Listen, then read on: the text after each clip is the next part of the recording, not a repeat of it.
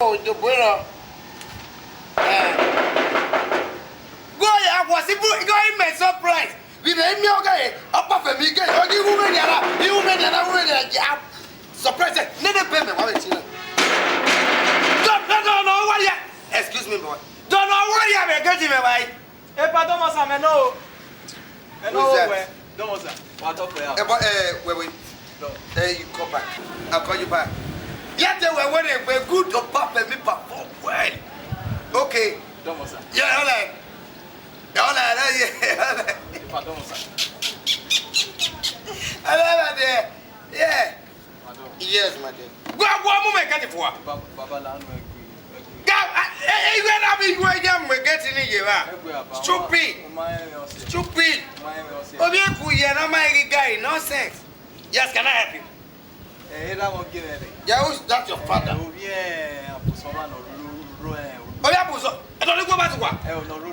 Oh, good.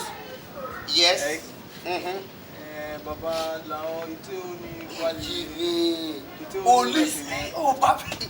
This boy, you are a wonderful boy. Baba, JJ.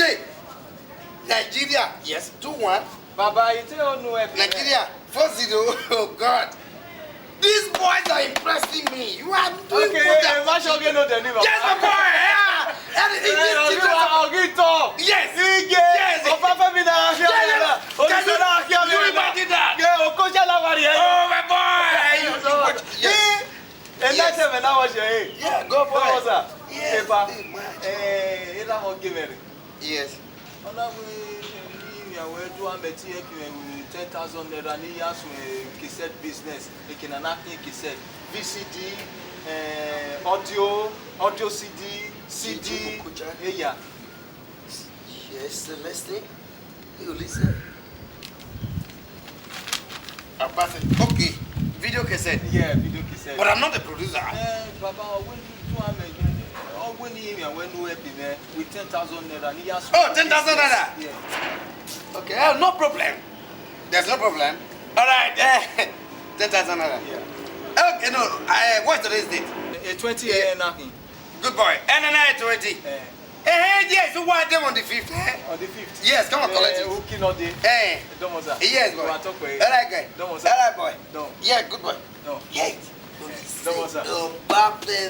You are wonderful boy. If I am when we play on the 16th. Yes, boy. Hey, I know that. Hey, good boy. We work about like a match. Yes. Don't want that. Oh, Papa, me. I know you are going to be a wonderful boy. Give me.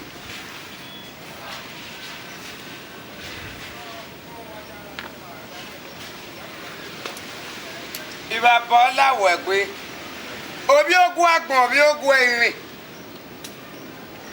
Ẹ̀rọ ọ̀bọ̀n ẹ̀rín iná wúyí wà kí bẹ̀gbẹ́ àwọ̀tẹ́ màkín. Màá búgbà ọ̀tẹ̀ búgbẹ́gbẹ́ lógún yàn màkín. Èyàn kéde wá sí kẹgbẹ́ bèèrè yọ. Ọ̀bọ̀n ẹ̀rín iná wúyí fún ẹ̀. Ọmọ di 50 adé. Nonsense. Obafemi tie wa magun medie ba 10,000 la wa gbe. Ma be du wa gba gbegedu kede sun fu e na ke. Nonsense, stupid. Iye boyi. Abokana bo do bi mi nena la wa. Nonsense, stupid. Emi tie o ma ge la mere le ba 10,000. Nonsense, stupid. Iye ide o. Ya mwe otena me no re opa sapo ba bodo opa ko ye ide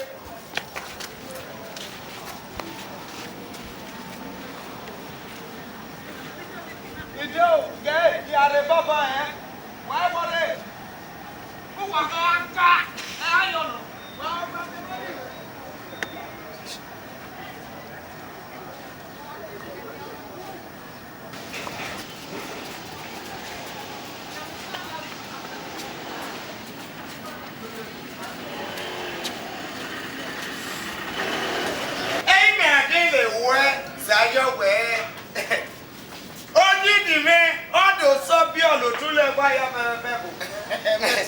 Go, mommy, Agbes ni. Agbes. Nùpẹ́ mú yan yé ọ̀rẹ́ olùdẹ́ni. Ìyá mẹ́bọ̀.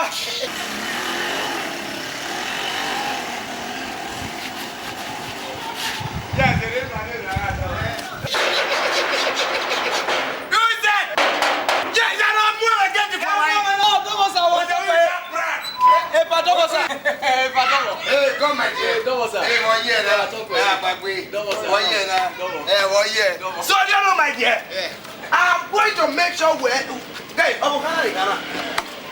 50,000 naira a budget. 50,000. Yes, yeah, one day we'll have you.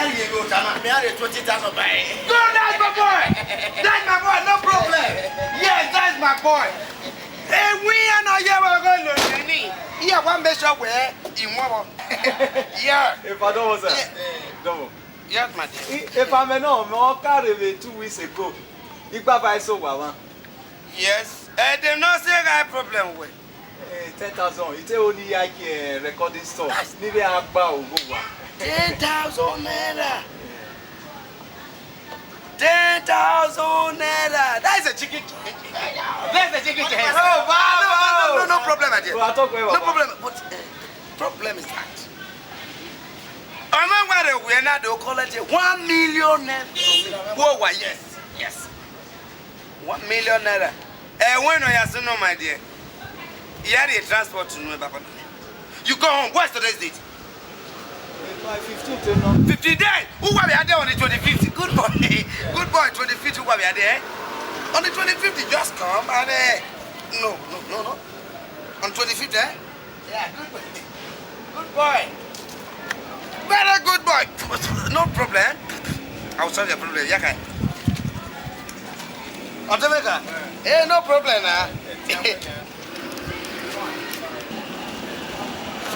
Okay, thank you, my dear. Come, my dear. We're in La Moto. And I'm fit. On the 25th, where we are there, eh? Oh, good boy. Good boy. No problem. Good boy, my good there.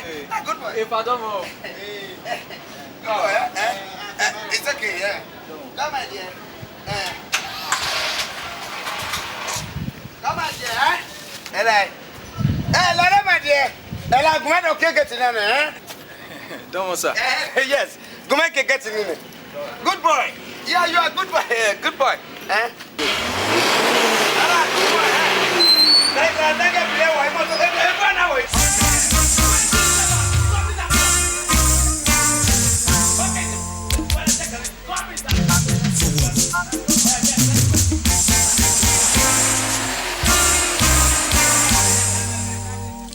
Odafeso Nofe, na maye use o.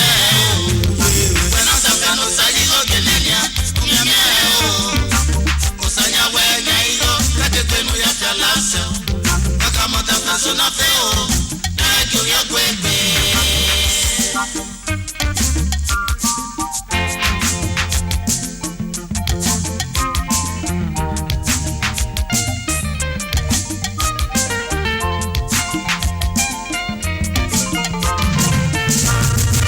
Odafeso Nofe, na maye use o. When Odafeso sayi lo genenia, unyame o. Osanya we nyairo, kate kwenu ya chalase. Kama Odafeso Nofe o, na ekyo ya kwebe. Belanu egebe o. Belanu egebe. Belanu egebe o. Kama Odafeso Nofe o. Nekyo ya kwebe.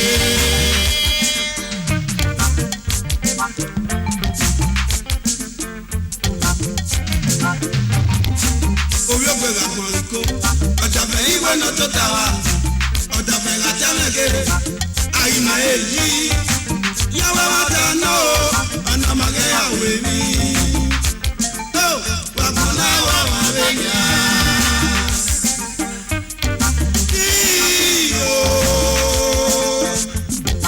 Iyo náà yẹ mẹ́ wò.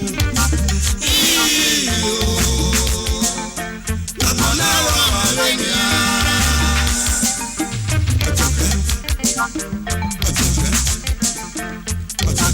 Johnbull know your back. Ura wasi one. Owa kiyo. Ira ti a si emi dan ki awu. Tina wa yin wa we. In fact, you will forget. Gele. Ebe na Odafeso ya wo ha. Emma.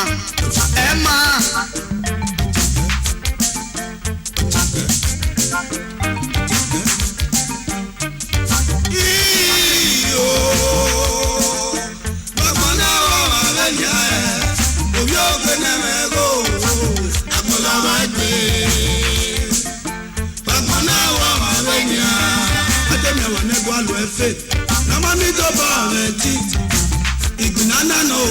Nama jase kinari koko leyi. Abuja noro bo agbe noro wa. Nora gara magi agbe o. Ofe noro wa game nore. Kaje wa nutori eyi. Ru doro na ogeme. Atem ya wane kwa lo efe. Odafeso Nofe o. Kajo yo kwekwe.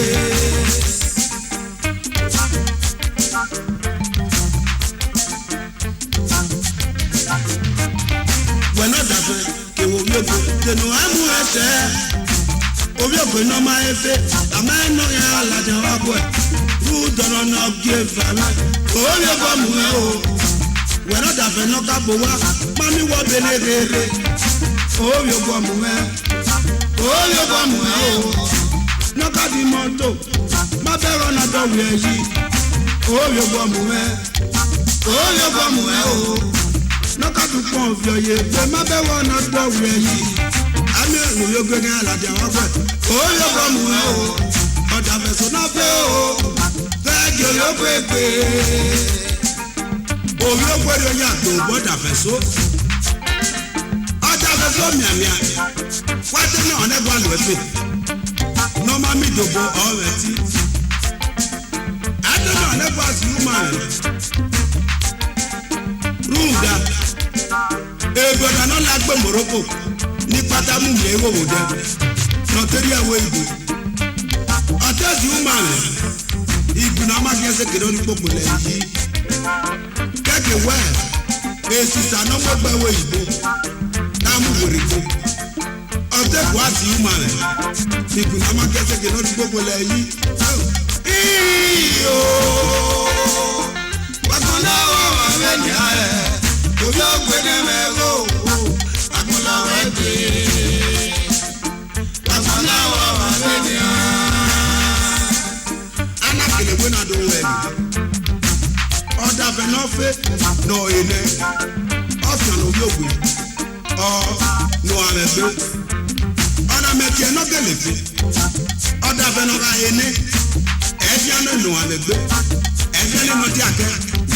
Obi ogo me ye corner ba ruda empty vessels e me tie ni na because they have no use iya me yo boni ari no ma ye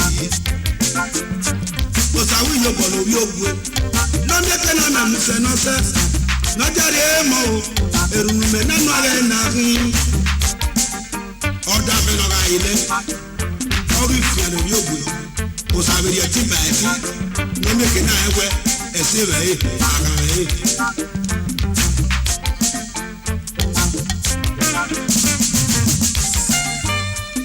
welanu ejepe o